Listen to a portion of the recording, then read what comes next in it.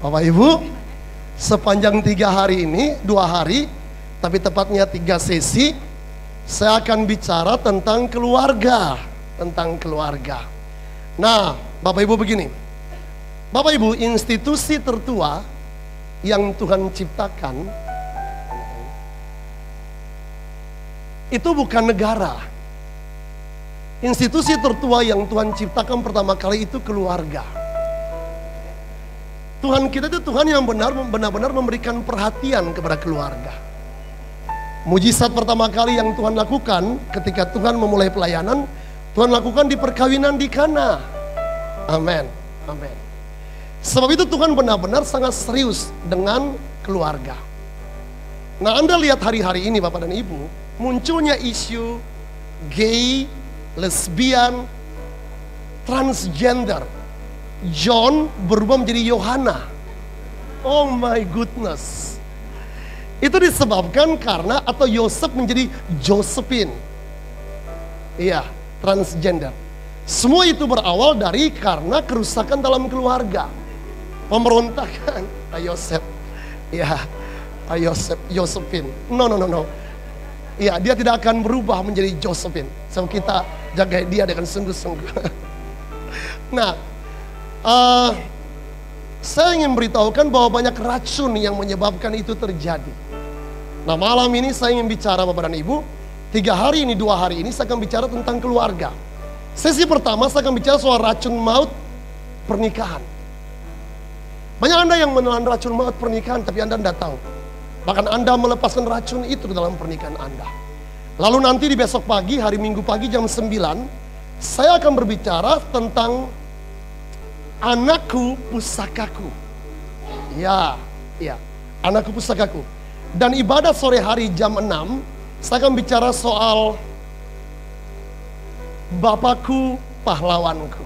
Oke, are you ready? Are you ready? Anda siap? Nah, malam ini akan ada banyak kesembuhan yang terjadi, Bapak Ibu. Sebagian besar penyakit itu datang dari keluarga. I see, pelan-pelan ya. Sebagian besar penyakit itu datang dari keluarga. Nah, mari kita lihat racun maut dalam pernikahan. Kita lihat, oke, kita lihat sekarang Alkitab. Kitab Kolose pasal 3 ayat 18 sampai 19.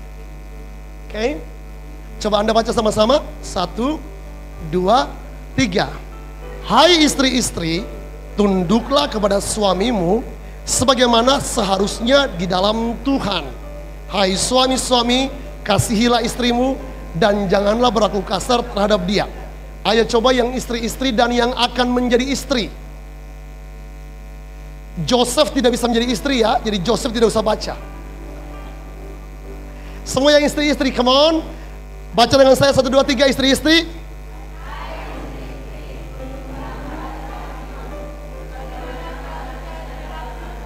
Yang suami-suami bilang amin. Anda suka ayat itu kan? Amin. Sekarang, yang suami-suami baca 1, 2, 3 dengan suara bass Anda itu yang bariton. 1, 2, and 3. Hai suami-suami, kasihilah istrimu dan janganlah berlaku kasar terhadap dia. Istri-istri tersenyum dengan perkataan itu. Amin. Amin. Amin. Iya. Bapak Ibu. As a pastor, saya counselor, dan ruangan konseling saya itu seringkali diperhadapkan dengan pernyataan itu. Yang istri berkata kepada saya, Pastor Henry, suami saya tidak mengasihi saya. Dan yang suami berkata, tapi perempuan ini tidak bisa tunduk kepada saya. Nah, kira-kira begitu. Terjadi perdebatan dalam ruang konseling. Kadang-kala sampai jam 3 pagi untuk melihat mereka bertengkar saya di rumah saya. Oke. Nah, kitab Kolose pasal 3 ayat 1 sampai dengan 25. Ini adalah pasal tentang rahasia pernikahan yang berbahagia. Berapa banyak yang ingin pernikahannya berbahagia? Puji Tuhan, puji Tuhan. Yang tidak angkat tangan berarti Anda ingin neraka di hidup Anda. Oke, Bapak Ibu mari kita perhatikan ini. Nah, mari kita lihat keluarga bahagia. Keluarga bahagia. Bapak Ibu, kalau keluarga bahagia itu surga kecil di muka bumi. Saya ulangi nih. Kalau keluarga berbahagia, maka ada surga kecil di bumi. You know heaven, surga itu tidak ada pertengkaran. Surga tidak ada cancer. Surga tidak ada pusing kepala, migrain, dan sebagainya. Oh, come on. Surga tidak ada pilek.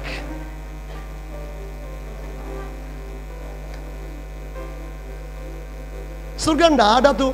Tidak ada. Surga tidak ada yang seperti itu.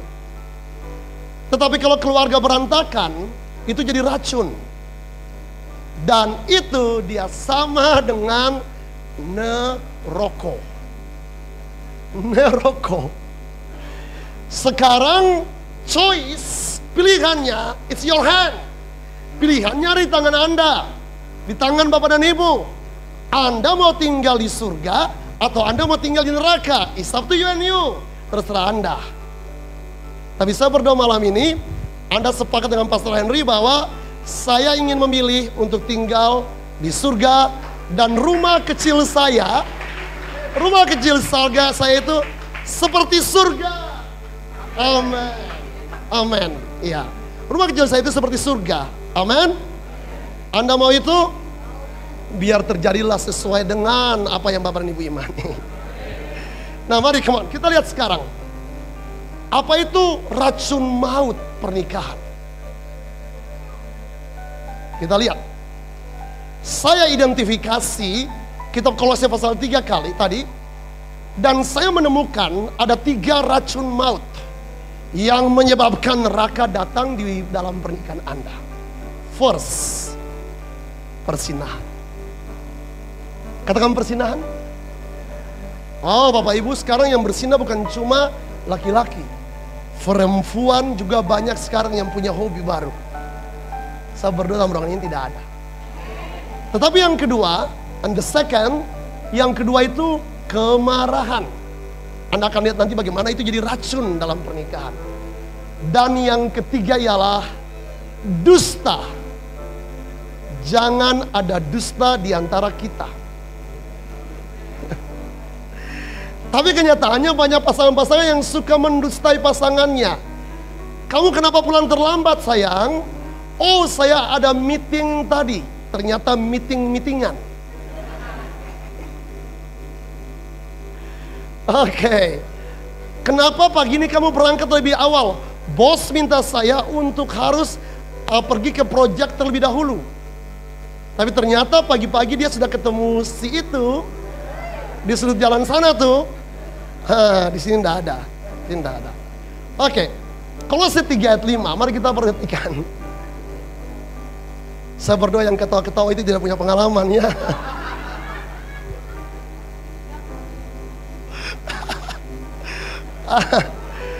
Kolose 3 ayat 5. Bapak Ibu gini, khotbah ini bukan untuk cuma yang sudah menikah. Tapi khotbah ini juga akan kepada pasangan-pasangan yang mau menikah. Anda akan lihat nanti.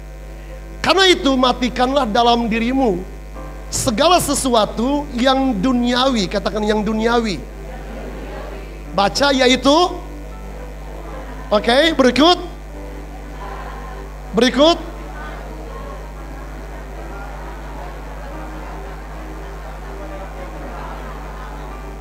Ternyata percabulan itu sama dengan duniawi, kenajisan hawa nafsu, nafsu jahat dan juga keserakahan.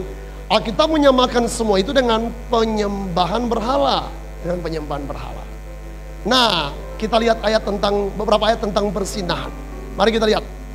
Amsal 5 ayat 15 sampai dengan 20. Minumlah air dari kulahmu sendiri. Saya sangat suka Salomo menjelaskannya.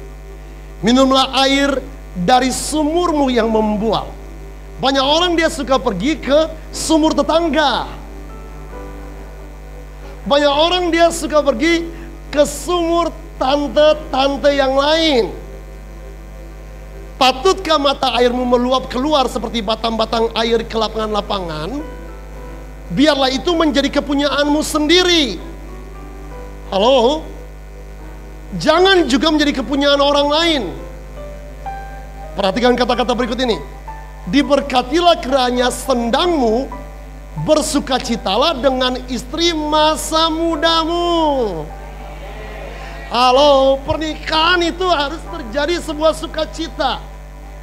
Kalau kemudian dalam pernikahan Anda tambah kurus, atau Anda melebar sehingga tidak terhingga. Dulu sebelum menikah Anda seperti saya, seperti gitar. Tapi sesudah menikah Anda menjadi seperti piano. Nah, that's problem in your marriage. Itu pernikahan, itu ada persoalan dalam pernikahan Anda. Nah, perhatikan Bapak dan Ibu. Kita bilang gini, ayo bersukacita dengan istri masa muda. Rusa yang manis. Istri kita itu rusa yang manis. Halo, dia bukan banteng loh ya. Dia bukan banteng. Karen? Bukan banteng.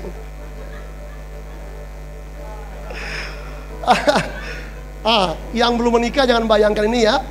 Biarlah buah dadanya selalu memuaskan engkau. Halo? Ini Alkitabiah ya. Alkitab menjelaskan begitu. Daripada Anda buka Kama Sutra, buku-buku yang seperti itu, saya jelaskan dari firman Allah. Dan engkau senantiasa berahi karena cintanya.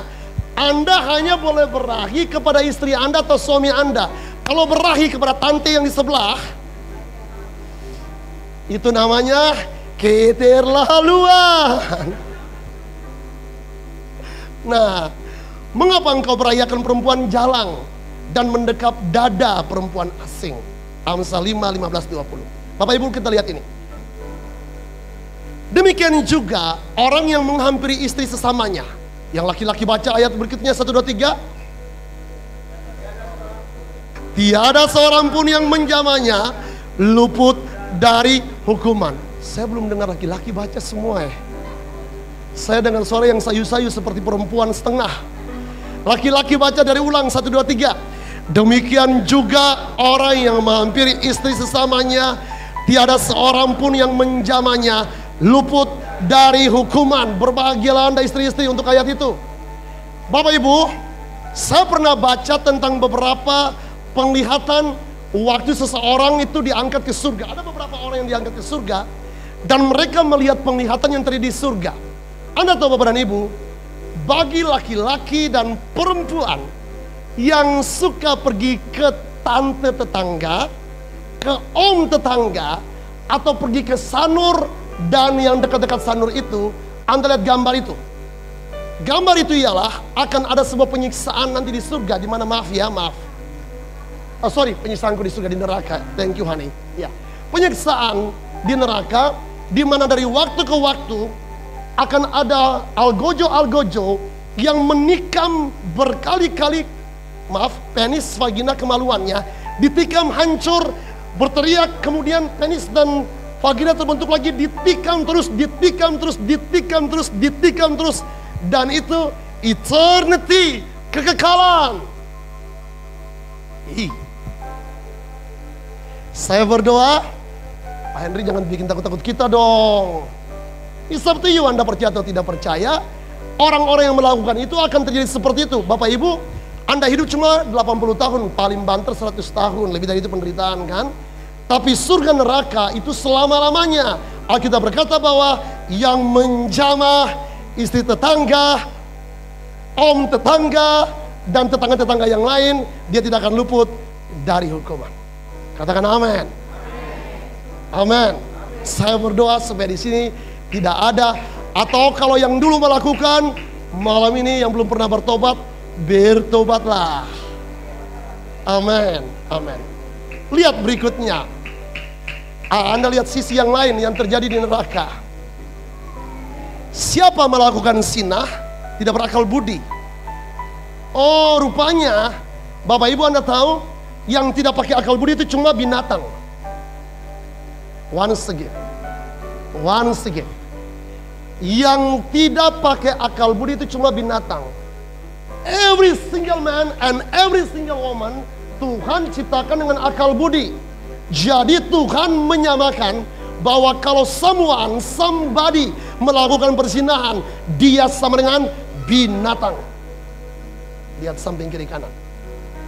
Beritahu kepada orang, kepada tetangga Anda, tinggal Anda mau pilih mau jadi manusia atau mau jadi binatang.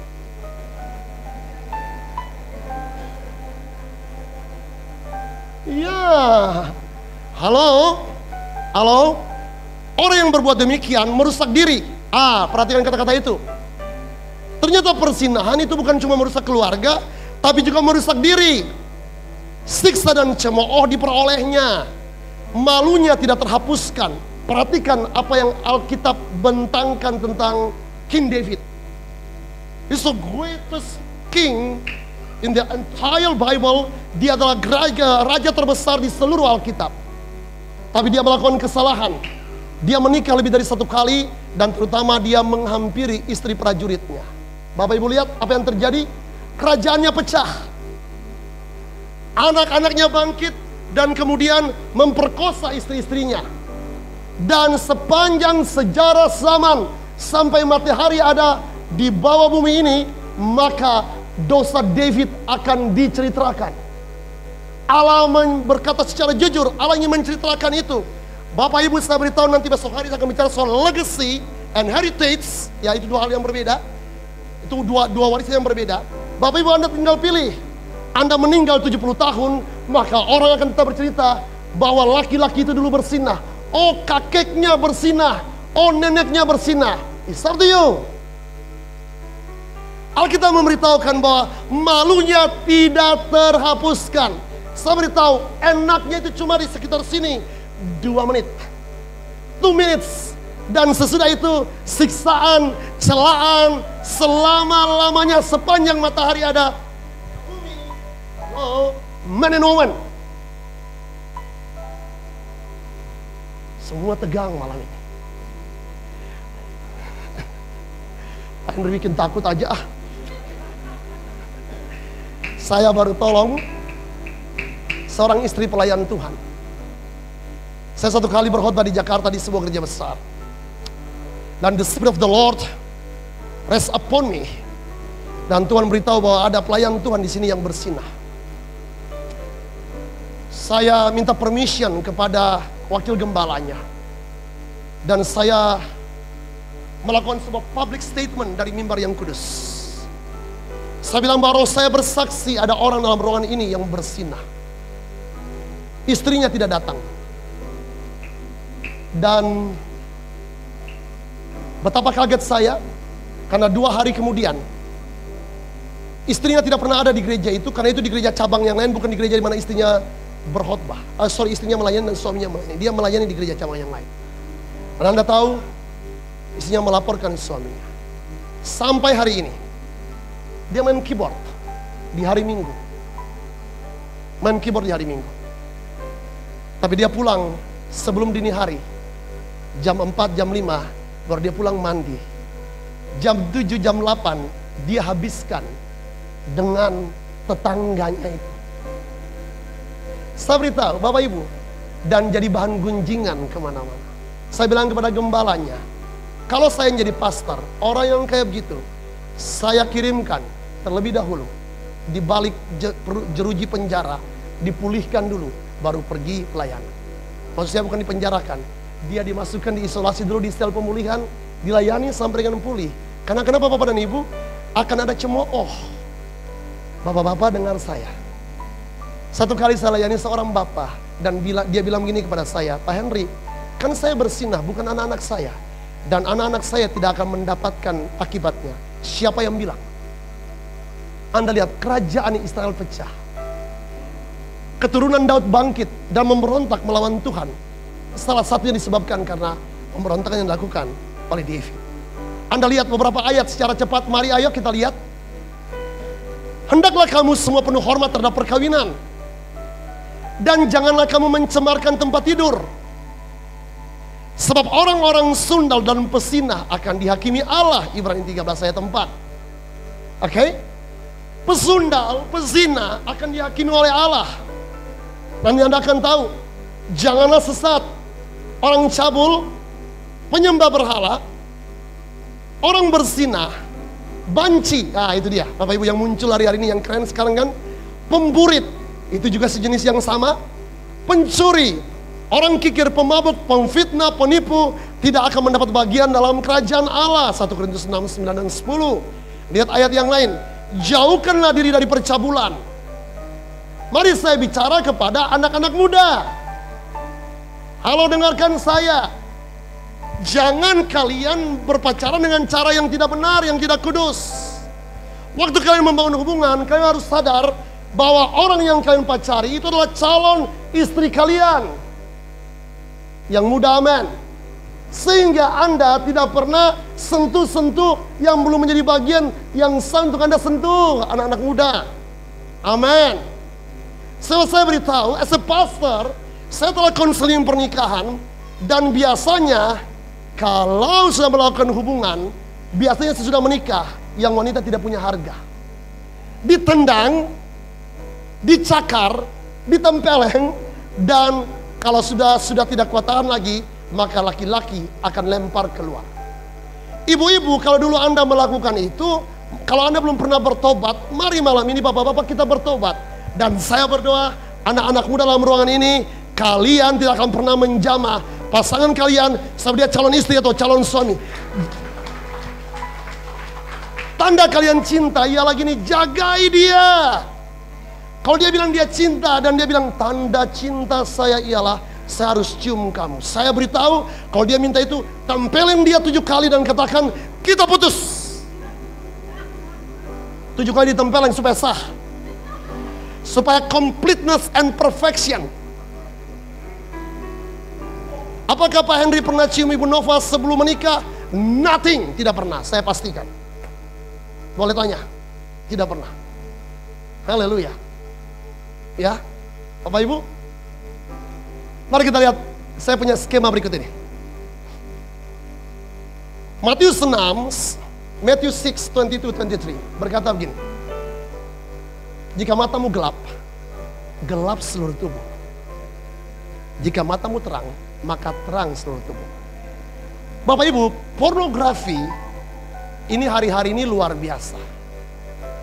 Ayo hati-hati dengan hal itu. Berhati-hati juga dengan sosial media, Facebook, Twitter, Instagram, dan sebagainya. Anda lebih tahu dari saya agak jadul. Saya tidak mengikuti perkembangannya. Karena Bapak dan Ibu begini, bermula dari iseng-iseng lihat di Facebook, lihat gambar-gambar, dan sekarang kan semua situs porno dipublish dengan sangat mudah. Di dalam ruangan saya tuh paling banyak orang nangis teriak-teriak karena mereka sudah pelayan Tuhan, karena mereka sudah melayani Tuhan. Suami-suami, istri lagi ke kamar mandi, mereka akses semua situs Facebook yang ada pornografi. Ibu-ibu, istri-istri, dengar saya beritahu, kalau suami Anda ajak Anda nonton blue film sebelum melakukan hubungan, jangan mau. Mengapa? Akan terjadi 2 hal. Yang pertama, dia akan berfantasi. Kalau Anda tidak mengikuti gaya yang dia mau, karena kalau dia nonton di semua situs porno, maka dia ingin gaya monyet, gaya kera, gaya anjing, gaya babi, termasuk gaya Dracula. Halo? Tetapi yang kemudian, Bapak Ibu, dia tidak bisa lihat perempuan di jalan. Dia lihat satu perempuan saja, langsung pikirannya itu menerawang, menembusi semua yang ada di dalam. Tidak usah disebutkan saya. Halo? Bisa nanggap? Tapi Ibu jangan mau. Ibu-ibu berkata tidak untuk situs porno. Hati-hati dengan bersahabat. Pak, Ibu, di kantor, kalau Anda kenali teman Anda suka situs porno, jangan bersahabat dengan dia. Saya tidak mau bersahabat dengan semua orang. Saya sapa dengan baik. Hey, good morning brother and sister. Tapi kalau saya disuruh bersahabat dengan orang yang masih suka pornografi, I'm so sorry. Alkitab berkata, pergaulan yang buruk merusak. Yes. Kalau dia masih suka bicara jorok, kalau dia masih suka bicara soal perempuan dan laki-laki, jangan mau. Anda lihat ini. Ya data ini. Bapak Ibu, Musna Sari dari KPAI, Komisi Perlindungan Anak Indonesia, berkata bahwa dari sekitar 4,2 juta website porno yang beredar di seluruh dunia. Anda bisa bayangkan, 4,2 juta website porno. Sebanyak 100.000 website diantaranya menjadikan anak-anak berusia di bawah 18 tahun sebagai modelnya. Wow, anak-anak 18 tahun itu dipakai sebagai model dari semua website porno. Dan mereka ada di antara kita hari ini. Kemungkinan mereka anak-anak kita. Yang lebih memprihatinkan, sebagian besar diantaranya di Tenggarai adalah anak-anak Indonesia. Data yang dikutip Masna tersebut merupakan hasil survei tahun 2006 yang diselenggarakan oleh To 10 Review. Oke, kita lihat data berikutnya. Anda perhatikan. Sekarang ini Bapak dan Ibu, anak-anak remaja sangat mudah mengakses semua situs porno. 2008, Yayasan Kita dan Buah Hati YKBH melakukan sebuah riset terhadap 1.625 siswa. Perhatikan, kelas 4 sampai kelas 6. Kelas berapa? Kelas berapa? Halo, ini bukan anak SMA kelas 3 loh. Anak kelas 4 dan kelas 6 SD di Jakarta, Bogor, Depok, Tangerang, dan Bekasi. Mereka menemukan 66% anak-anak usia 9 sampai 12 tahun menyaksikan materi pornografi. Sebab itu jangan kasih handphone kepada anak-anak. Jangan kasih tab kepada anak-anak. No way. Mose Judas saya tidak kasih. Saya tidak kasih. Jangan kasih. Alasan apapun jangan kasih. Batasi jam permainan mereka dengan dengan semua yang itu. Mose ada waktu ketika kita mengizinkan dia akses game dengan iPad maminya, tetapi kita batasi hanya 1 hari minimal boleh setengah jam, dan itu pun bukan di hari sekolah. Nanti besok saya akan mengajarkan tentang bagaimana mendidik anak sehingga mereka bisa bertumbuh dengan jalan-jalan Tuhan. Perhatikan Bapak dan Ibu, sangat menarik. Lihat. Dari komik 24%, games 18%, situs porno mengerikan, anak kelas 4 SD 16%, film 14%, dan sisanya dari VCD, DVD, ponsel, majalah, dan koran. Lalu dibilang gini, sekitar 27% dari mereka memperoleh materi pornografi tanpa sengaja. Anda tahu tanpa sengaja begini, maksudnya gini. Buka Facebook, makanya kalau anak sampai SD kelas 6 jangan kasih dia pakai Facebook. You harus state the point to him or to her. Berkata tidak, nak. No son and daughter. Katakan kepada mereka, because daddy love you. Jangan kasih kalau dia baru SD kelas 6. Jangan kesempatan kepada dia untuk akses semua yang berhubungan dengan Facebook dan Twitter. Amin. Sebab kalau dia akses, Anda tidak punya kontrol. Itu dunia lebih luas dari kepala Anda. Saya beritahu, penduduk Republik Facebook itu lebih besar dari penduduk Republik China.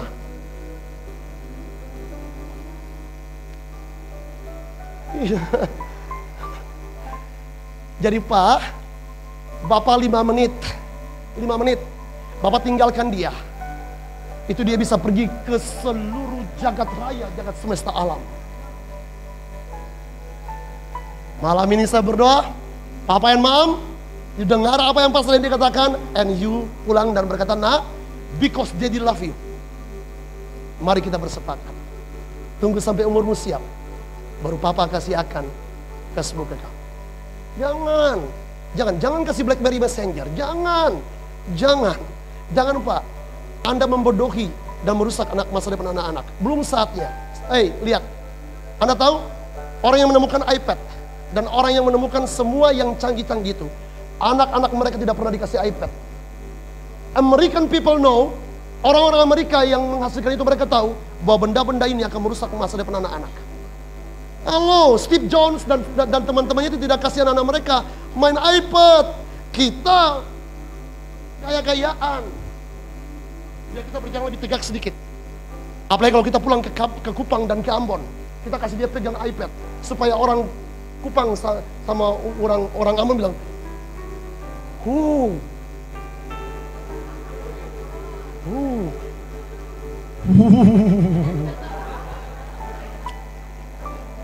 Ada raja baru pulang. Apalagi kalau Anda tinggal di Banyuwangi, Anda pulang ke Banyuwangi, bahwa itu anak-anak kelas 5 SDP yang itu, jidat mengkilat langsung. Amin. Amin. Pak, saya beritahu, tidak ada yang pernah diuntungkan dengan laki-laki dan perempuan yang bersinah. Anak cucu akan menderita selama-lamanya. I say to you again, because I love you. As a pastor, saya sudah berdiri di depan ribuan pernikahan. Saya sudah bless many marriage. Saya sudah bless. Saya ada dapat kesempatan untuk pergi ke banyak tempat, termasuk pergi ke bangsa-bangsa. Dan saya telah melihat pernikahan-pernikahan yang hancur dan anak cucunya itu menderita. Yang berdiri di sini adalah dulu salah satu korban persinahan yang dilakukan oleh orang tua. Dan saya sangat-sangat bersyukur. Mama saya kemarin berusia 75 tahun. Dalam keadaan yang sudah stroke 1 tahun lebih. Apa saya pernah bikin sebuah kesalahan? Pernah bikin sebuah kesalahan. Saya sudah minta izin ke Papa supaya cerita ini ke seluruh bangsa-bangsa, ke seluruh tempat yang saya pergi. Tapi saya sangat bersyukur. 15 tahun terakhir, Papa saya menyadari kesalahan. Dan kemarin saya dengar Papa saya berkata kepada saya di ujung telepon sambil menangis. Dia bilang sesuatu, dia bilang gini, Mama bilang Mama ingin ke gereja. Saya tahu bahasa apa maksudnya. Itu bahasa yang saya tahu dalam kandungan hati. Saya tangkap maksud Papa. Papa kan, saya tahu Papa bilang gini, Henry, kemungkinan Mama tidak akan lama lagi. Karena Mama sudah setahun tidak pergi gereja. Tapi saya sungguh bangga dengan Papa. 1 tahun ini, Papa saya menggantikan pampers Mama saya. Papa saya usia 80 tahun. Dan Anda tahu, saya akan antar Mama saya dan Papa saya ke kuburan dengan air mata berlinang, dengan kebanggaan bahwa laki-laki itu yang pernah melakukan kesalahan hampir 25 tahun, Papa saya tebus 15 tahun yang lalu. Now, he stand up. Dia berdiri sebagai laki-laki dalam Tuhan. Dan tidak ada lagi dosanya yang diingat. Sekarang dia mewarisi sebuah legacy yang lebih daripada mobil, lebih daripada rumah. Saya saksikan Papa saya melayani Mama saya dengan mata saya sendiri selama kurang lebih 1 tahun terakhir. Bagi saya itu melebihi semua harta warisan yang Papa saya bisa berikan, Mama saya bisa berikan. Menyaksikan Papa dan Mama harmoni sampai usia 80 tahun.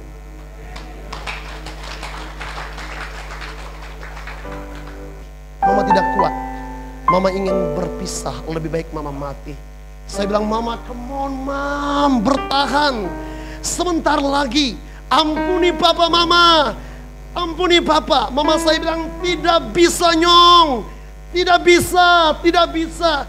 Kamu bisa bicara, tapi Mama tidak bisa mengampuni Papa. Saya bilang, Mama, untuk mengampuni Papa bukan kuasa Mama. Yang penting Mama mau saja. Mama mau saja, maka Tuhan akan menolong. Satu pagi di Yogyakarta, Mama saya datang kepada saya di rumah kontrakan waktu saya masih jadi pendeta dalam usia yang masih sangat muda. Dan Mama saya berkata gini, Nyong, Mama ingin ampuni Papa. Saya beritahu tidak lebih dari 3 hari Papa saya ambil keputusan bertobat.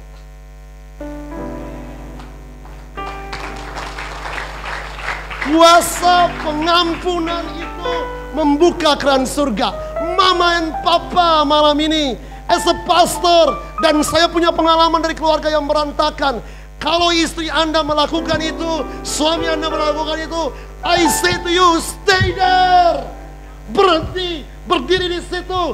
Jangan lari, jangan mau bercerai. Lihat anak-anak. Saya cuma bilang, Mam, tinggal saya sendiri dengan Mama. Tapi one day, semua kakak, semua adik akan balik ke rumah ini. Dan 18 tahun yang lalu, saya lihat satu persatu semua dipulihkan. Rumah yang berantakan itu, hari ini jadi surga di muka bumi.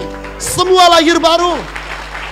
You know, forgiveness, pengampunan, itu menyebabkan anugerah surga.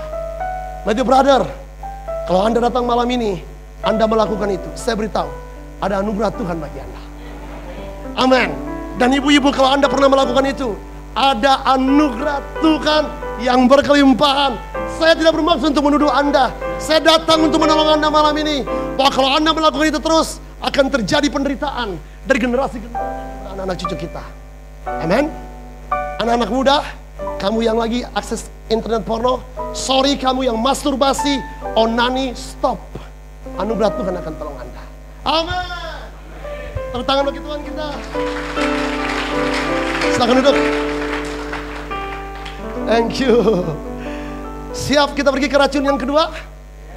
Anda diberkati malam ini? Anda terima sesuatu malam ini? Amin. Kita lihat yang kedua. Tapi sekarang, buanglah semuanya ini. Yaitu marah, geram, kejahatan, fitnah, dan kata-kata kotor yang keluar dari mulutmu. Ayat 8 dari kitab Kolose tadi. Racun yang kedua tadi itu kemarahan. Bapak Ibu, Anda lihat dua ayat ini. Si pemarah itu menimbulkan pertengkaran. Dan orang yang leka gusar banyak pelanggarannya. Pemarah itu bikin cepat bertengkar di rumah. Janganlah lekas-lekas marah dalam hati. Karena amarah menetap dalam dada orang bodoh. Tanya ke tetangga samping kiri kanan Bapak dan Ibu. Brother, sister, Anda orang bodoh atau Anda orang pandai? Kalau dia senyum agak kecut, kemungkinan dia jenis pemarah. Kucing tetangga lewat dia marah. Anjing tetangga lewat dia marah. Lihat itu perempuan itu, marahnya dan sampai gigi laptopnya. Loh Bapak Ibu, ada orang yang kayak gitu. Saya berdoa malam ini, racun ini akan kembali dipulihkan. Amin. Bapak Ibu, Anda perhatikan ini. Tuhan itu juga marah, cuma Tuhan marahnya lambat. Kalau Tuhan jenis yang pemarah, kita ini semua mati setiap hari. Beda dengan kita ini jenis yang cepat seperti bensin kena api. Apa-apa langsung keluar. Nah, saya coba lihat definisi tentang marah dan geram. Gini Pak, marah itu bisa berujung ke geram. Nah, Kamus Umum Bahasa Indonesia mendefinisikan gini, berbunyi seperti menderum atau mengaum harimau itu sampai bulu kuduk berdiri. Geram, bunyi auman atau deruman seperti harimau atau babi hutan.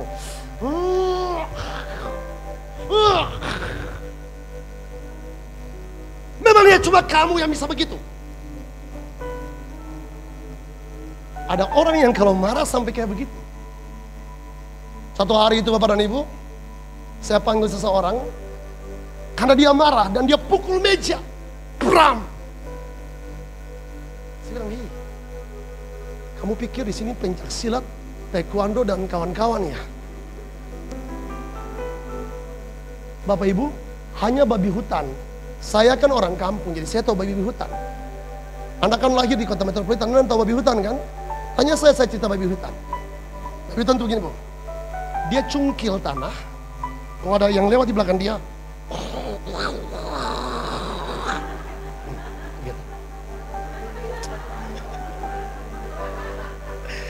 saya berdoa ibu-ibu, kalau ada suami kayak gitu jangan di depan kompor. Kompor meledak.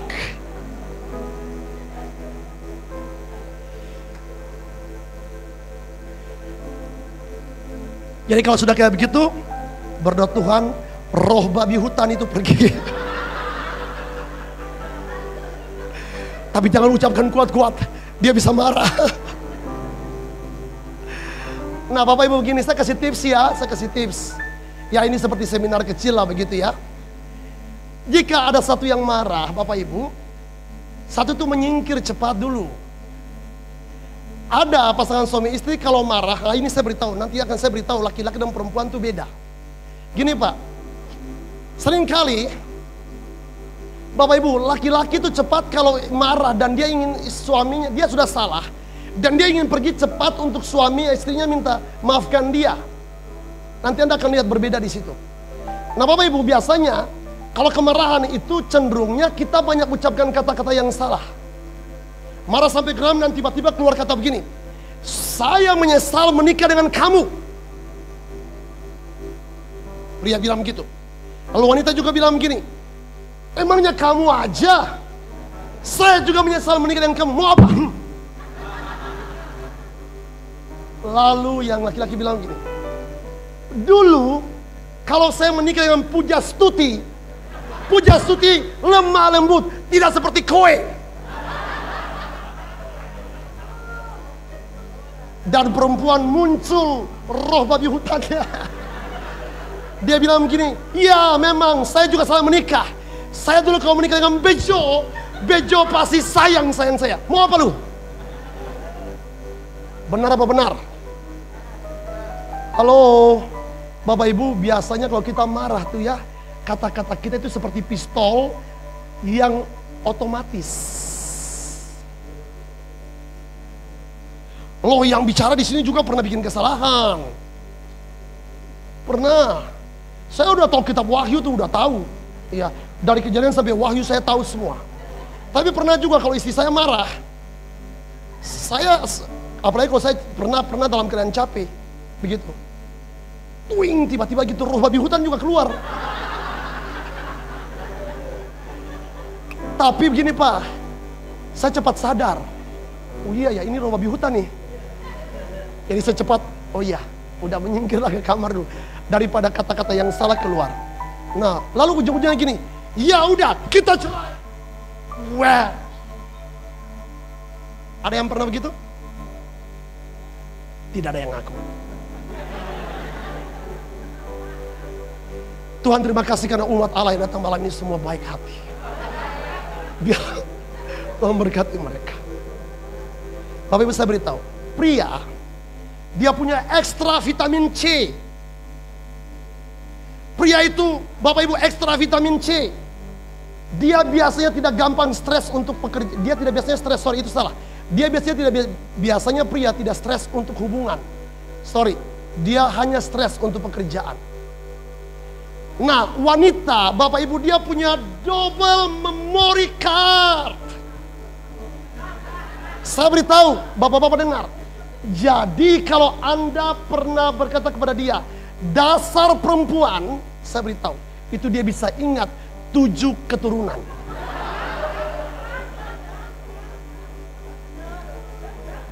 Dia punya double memory card. Laki-laki itu vitamin C-nya sangat ekstra. Jadi dia bicara sesuatu, 2 menit kemudian dia sudah lupa. Halo laki-laki. Yeay. 2 menit yang lalu dia bicara dan dia lupa segalanya.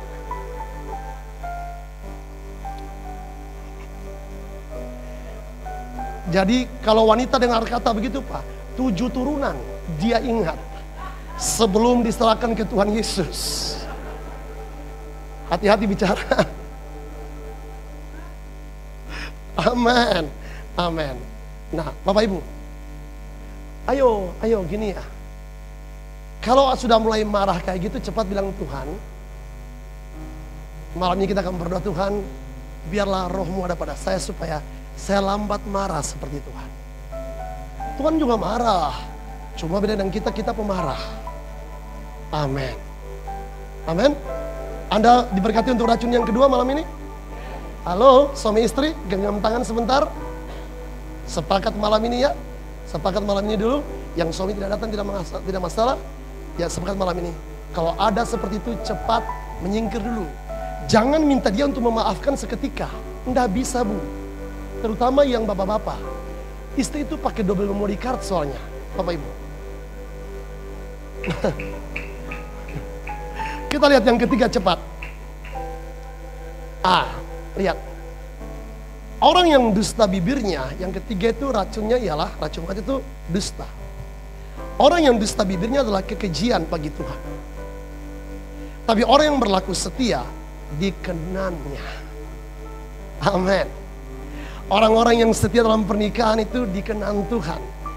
Tetapi yang suka berdusta, itu kekejian. Halo? Saya berdoa di sini tidak ada lagi laki-laki yang menyimpan uang lembur di dalam kaos kaki. Saya berdoa sebab dia jenis yang berteman dengan tikus kalau kayak begitu. Tidak ada roh tikus di tengah-tengah kita malam ini. Wahyu 22 ayat 15. Tetapi anjing-anjing dan tukang-tukang sihir, orang-orang sundal, orang-orang pembunuh, penyembah-penyembah berhala dan setiap orang yang mencintai dusta dan yang melakukannya tinggal di luar. Anda tahu maksudnya? Dia tidak bisa masuk dalam kerajaan surga yang suka berdusta. Pak, tidak ada dusta besar dan dusta kecil. Semua perkataan harus ya di atas ya, tidak di atas tidak. Kalau gaji 1 juta, bawa pulang 1 juta ke istri Anda dan bilang, sayang, ini saya persembahkan untuk pernikahan kita. Jangan bikin slip double di kantor lalu bawa pulang 1 juta jadi 750. Itu namanya berdusta. Anda ambil 50 perak pun tetap namanya berdusta. Tapi ibu-ibu juga, halo. Jangan kirim ke rumah papa dan mama di ujung bumi sana dan bilang kepada suami, oh karena saya beli kaos kaki si David. Itu juga bersalah, namanya berdusta. Mau berikan sesuatu kepada mertua, kepada suami, kepada papa mama, sepakat dulu. Jangan berikan tanpa sepakat. Itu namanya berdusta juga. Amin. Semua tegang malam ini ya. Kayaknya kena di hati ya. Iya. Oke, ya. Kita lihat ini. Nah ini. Amsal 18:21. Hidup dan mati dikuasai lidah. Siapa suka menggemakannya akan memakan buahnya. Sekarang itu ada tren di foto yang di handphone yang canggih. Kalau Anda badannya seperti piano dan Anda ingin supaya Anda kelihatan gitar, di picture Anda di BlackBerry Messenger, Anda bisa foto dan kemudian rekayasa teknologi bisa bikin Anda jauh lebih ramping seperti gitar. Banyak orang yang bikin foto seperti itu, munculnya seperti itu. Bapak Ibu, saya berdoa tidak ada laki-laki di sini yang seperti itu. Gereja, dengarkan saya. Pertama kali ketika Tuhan menjamah gereja, maka yang pertama kali dijamah oleh Tuhan ialah lidah. Pertama kali yang dijamah oleh Tuhan ialah lidah dalam bentuk baptisan Roh Kudus. Bapak, itu banyak rumah tangga yang sakit disebabkan karena itu. Nanti saya akan cerita beberapa hal, cerita kecil di bagian belakang. Dan karena itu Bapak dan Ibu, Tuhan sangat peduli dengan semua yang menyangkut racun-racun yang tadi. Jangan ada dusta. Jangan ada dusta di antara kita. Mari secara cepat kita lihat ini Bapak dan Ibu. Tadi kita sudah lihat kan? Kita sudah lihat sekarang. Kita lihat tadi adalah racun maut pernikahan. Mari kita berikan ekstra multivitamin untuk keluarga bahagia.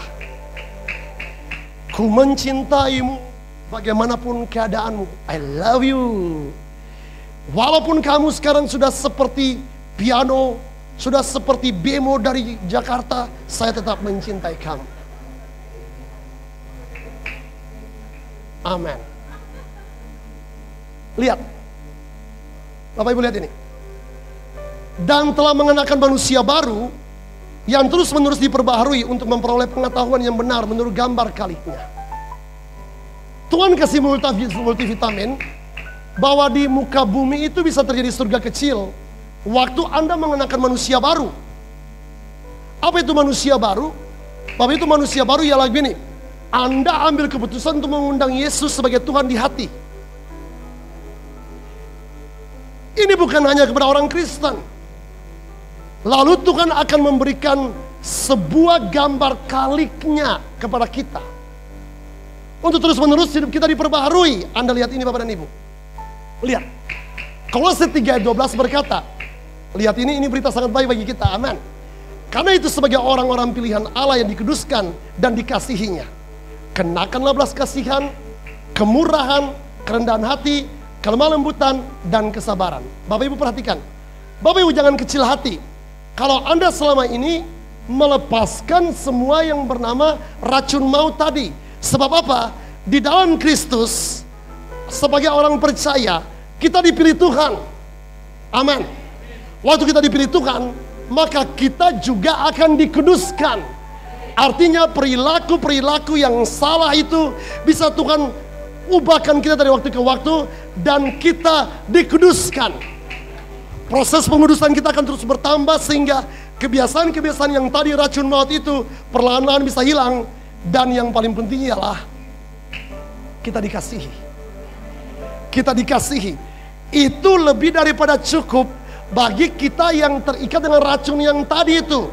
Bapak Ibu Anda perhatikan ini. Lihat ini. Apa multivitamin ekstra itu? Lihat. Pertama, gunakan belas kasihan. Gunakan belas kasihan. Ini akan sangat-sangat powerful sekali penjelasannya. Anda lihat ini, Bapak Ibu. Lalu, Tuhan Allah membuat manusia itu tidur nyenyak. Ketika ia tidur, Tuhan Allah mengambil salah satu rusuk daripadanya, lalu menutup tempat itu dengan daging. Dan dari rusuk yang diambil Tuhan Allah dari manusia itu, dibangunnyalah seorang perempuan, lalu dibawanya kepada manusia itu. Kejadian 2, 21-22. Bapak Ibu perhatikan. Kita bisa menggunakan belas kasihan kepada pasangan kita jika kita memahami konsep penciptaan laki-laki atau pria dan perempuan. Nah, mari saya jelaskan ini supaya Anda bisa mengerti kenapa istri saya itu seperti itu, kenapa suami saya itu seperti begini. Bapak Ibu Anda lihat berikut ini. Lihat. Anda benar lahir dari ibu Anda. Benar Anda lahir dari ibu Anda. Tetapi ketika Tuhan menciptakan manusia pertama kali, maka yang Tuhan lakukan ialah Adam. Bapak Ibu, ketika Adam diciptakan pertama kali, itu ada unsur laki-laki dan perempuan yang bergabung dalam diri Adam. Female and male dalam tubuh dia. Dia perfection. Dia completeness as a man of God. Bisa nangkap? Pertama kali ketika Tuhan menciptakan manusia, unsur laki-laki dan perempuan itu jadi satu. Lihat. Lalu kemudian Adam merasa kesepian karena tinggal di dalam. Dia tidak bisa berinteraksi. Dan dia minta seorang penolong. Sekarang my question is, dari mana Tuhan menciptakan Hawa? Dari rusuk yang ada. Saya tanya kepada Anda. Kalau katakanlah begini, jumlah rusuk 7. Diambil 1, tinggal 6. Dengar ini, pria dan wanita. I speak to you in the spirit, dalam roh. Waktu Anda menikah, atau sebelum Anda menikah, maka Bapak dan Ibu, pria telah diambil 1 rusuk. Maka ada hal yang kurang dalam diri laki-laki. Saya kasih contoh begini. Bapak Ibu, itu yang seringkali menyebabkan laki-laki punya masalah gampang lupa. Laki-laki punya masalah ya kadangkala Bapak Ibu, Pastor Dave Walker berkata kepada kami berdua, istri saya itu mengurus beberapa bayi. 1 bayi yang tua yaitu saya, dan 1 cucu-cucu saya. Suami di luar biasanya perkasa. Kalau pulang di rumah, dia seperti boneka Barbie. Biasanya dia kalau sakit, dia paling banyak minta dilayani. Halo, kalau perempuan makan telat 1 jam tidak masalah. Tapi kalau laki-laki pulang dan tidak disediakan makan, maka biasanya itu langsung roh babi hutannya keluar. Anda tahu kenapa Bapak dan Ibu gini? Makanya saya bersyukur sekarang istri saya dan saya sekantor. Kalau mau tanda tangan cek, mau transfer uang, jangan suruh saya yang transfer Pak. Nanti saya transfer setelah rekening. Pergi ke rekening orang lain. Kalau ada perjanjian akte notaris, biasanya saya sudah tahu masalah saya. Masalah saya ialah biasanya saya bikin kesalahan. Jadi semua dokumen saya serahkan dulu ke istri saya. Dulu sebelum mengetahui hal itu, biasanya saya agak ngotot. Oh enggak. Seminggu kemudian baru saya sadar saya salah. Tapi dulu biasanya saya simpan.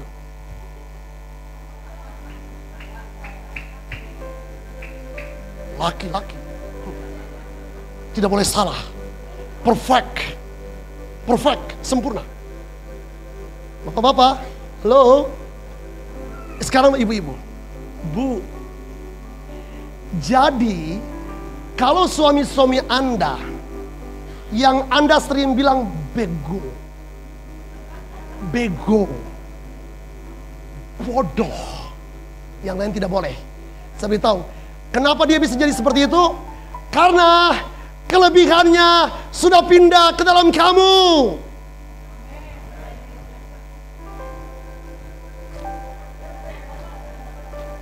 Brother, are you understand what I'm saying? Halo? Halo? Jadi kalau dia kayak gitu jangan bilang bodoh. Dia benar-benar bodoh. Kalau dia seperti itu sadar, oh iya kelebihan saya, kelebihan dia sudah pindah di saya.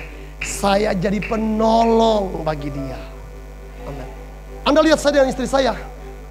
Yang beda kan cuma kulitnya kemerah-merahan, saya kan eksotik. Wajah kami berdua sama sekarang. Lihat kan? Iya, bedanya cuma di situ. Tapi Anda tahu, semua dokumen kalau saya baca biasanya salah. Semua. Termasuk Pak, saya berkali-kali saya kadang-kala agak sedikit geram juga dengan saya. Saya tidak mengerti bagaimana mempergunakan WhatsApp dengan baik. WA itu kadang-kala minggu lalu saya sudah diajarin. Sayang itu begini. Besok 2 hari lagi saya lupa. Tapi semakin hari dia semakin menyadari bahwa memang suaminya punya kelebihan sudah ada di dia. Hei. Nah dengar, waktu laki-laki dan perempuan menikah, pernikahan itu adalah completeness and perfection. Kesempurnaan, keparipurnaan datang waktu menikah. Jadi biasanya Bapak Ibu, halo, yang tadi lupa-lupa itu istri punya tugas untuk menolong. Jadi kalau Anda tolong, jangan Anda bilang begini, kalau tidak ada saya, itu tidak jadi. Banyak istri-istri yang kayak gitu. Gajinya lebih besar, dia jadi pengusaha di rumah, dia jadi pengusaha di luar, dia profesional, suaminya cuma karyawan biasa, dia pulang, dan dia kesendiri kaki di atas meja. Pijet saya.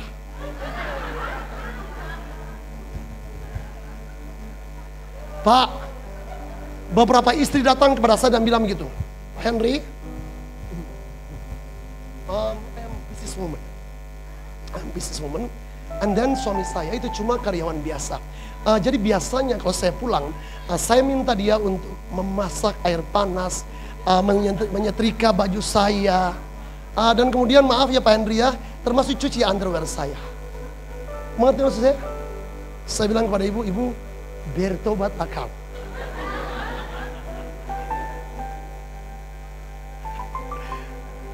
Amin. Amin. Anda diberkati malam ini? Bapak Ibu halo. Jadi Ibu, kalau suami Anda sedikit telat-telat mikir, sadarlah sekarang bahwa iya memang dia kelebihannya itu saya sudah ambil. Jangan ada lagi roh babi hutan keluar ya. Kenakan kasih Allah, katakan kasih Allah.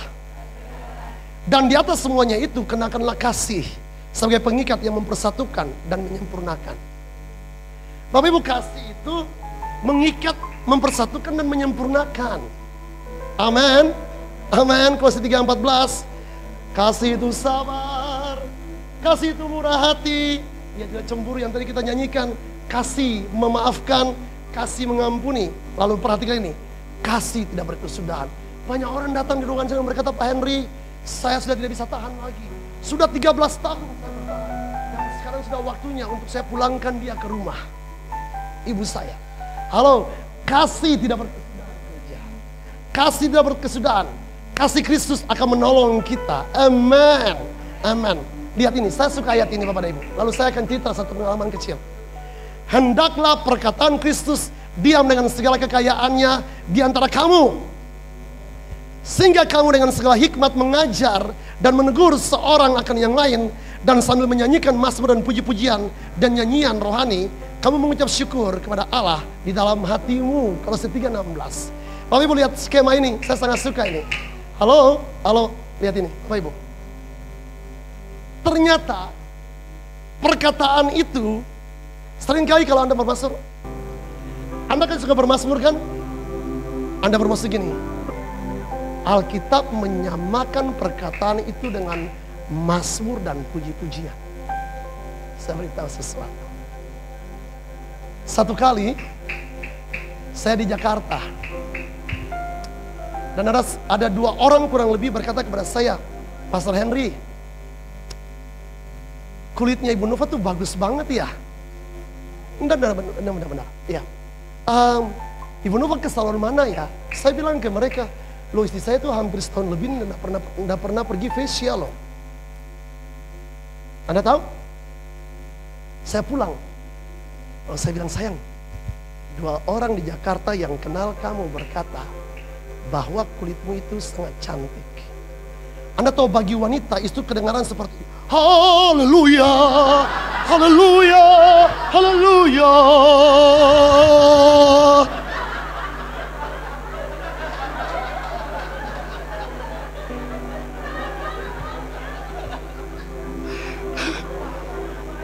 Tapi saya cerita yang lain. Satu kali dia sudah dandan. Habis dandan. You know my wife. Kalau dandan, my wife kalau dandan. Kalau dia bilang kepada saya, cantik enggak? Saya lihat. Lalu saya bilang gini. Ya lumayan.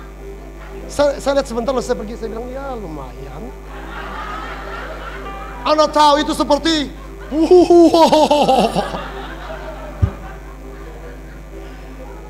Halo Bapak Ibu. Perkataan itu seperti Mazmur. Berikan afirmasi. Halo begini Bapak Ibu, saya beritahu. Mari saya cerita satu kali. 2 tahun yang lalu saya layani satu gadis.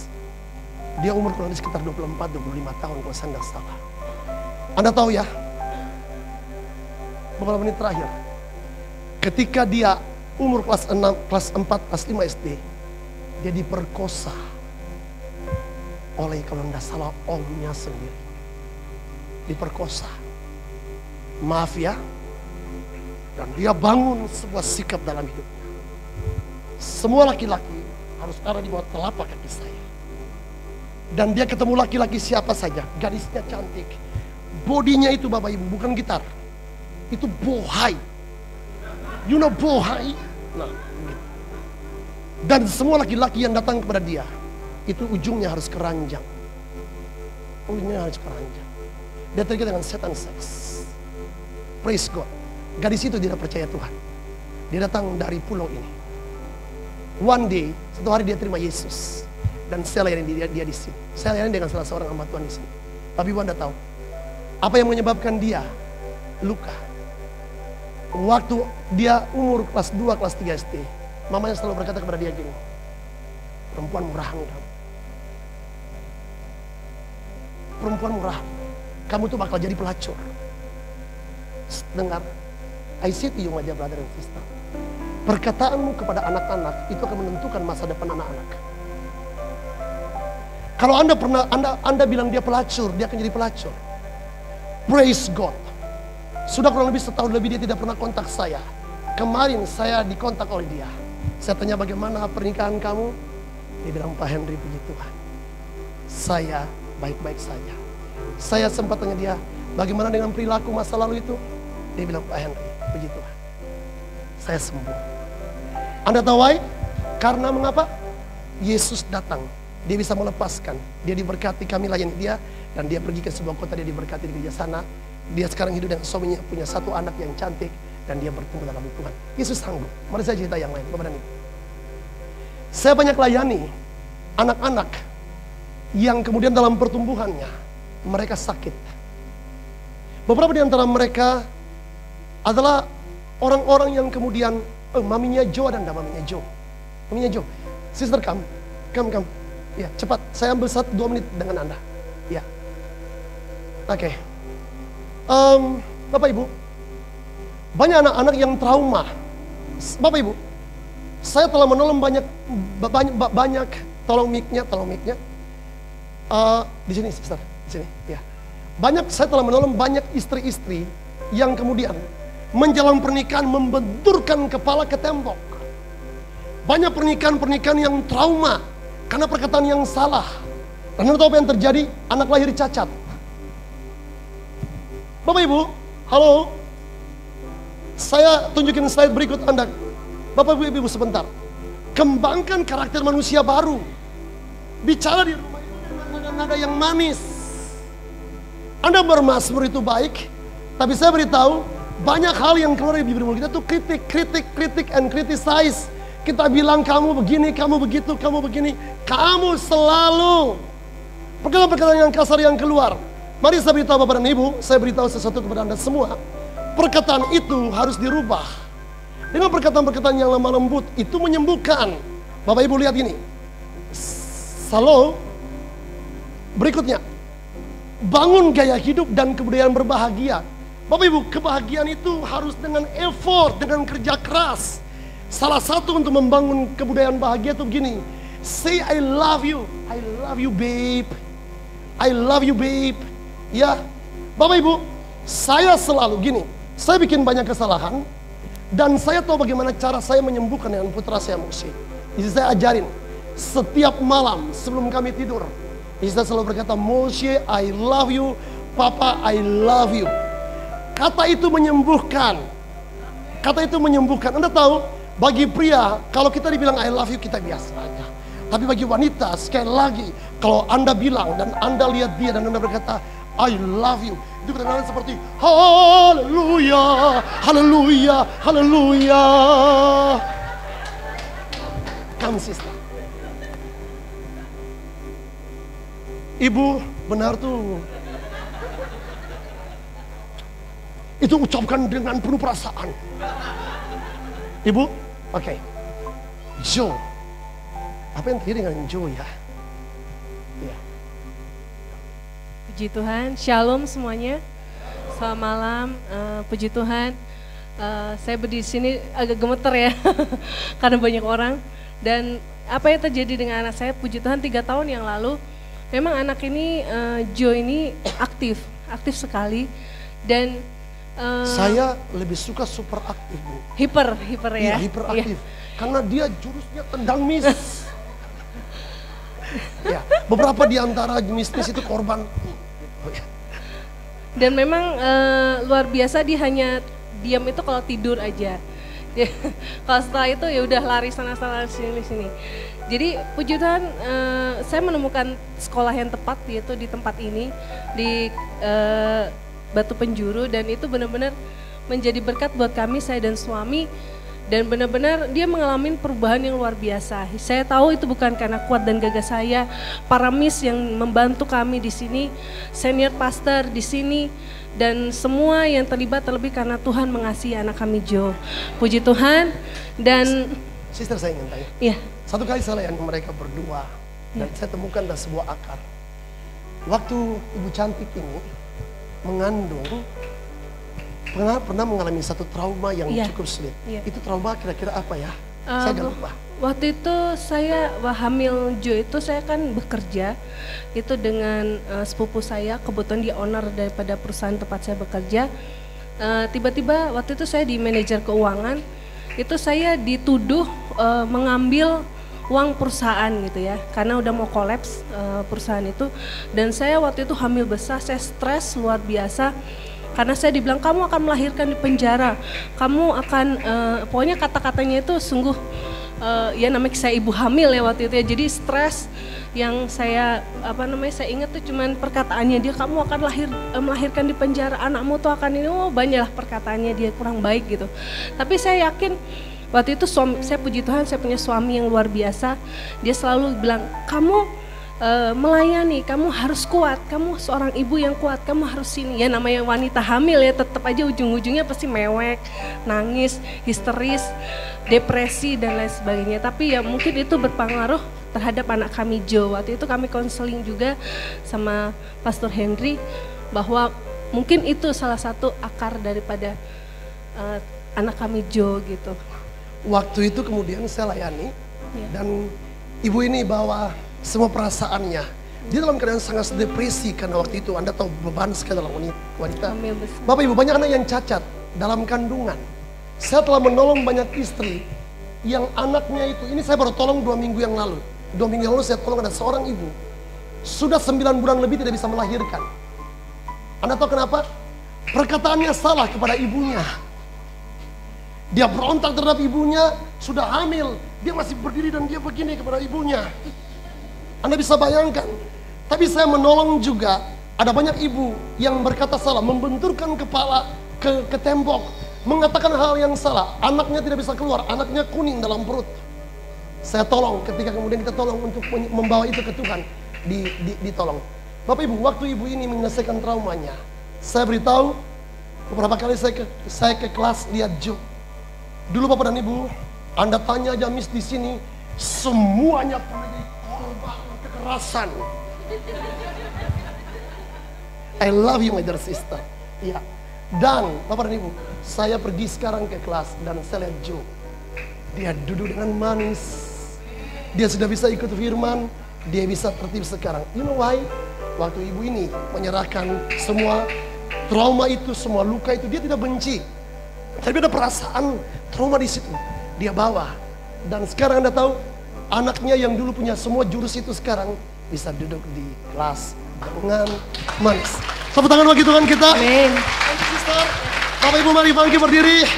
Amin. Amin. Mari saya beritahu, saya sudah selesai. Banyak sekali penyakit yang datang dari keluarga. Banyak sekali penyakit yang datang dari keluarga. Kita angkat penyembahan. Dia cium Christine, sebab Christine paling menolong putranya. Christine paling banyak ditendang. Evi paling banyak ditendang, ya. Anak-anak di sini paling banyak ditendang oleh putranya. Dan sekarang anaknya telah jadi anak yang luar biasa. Bapak Ibu,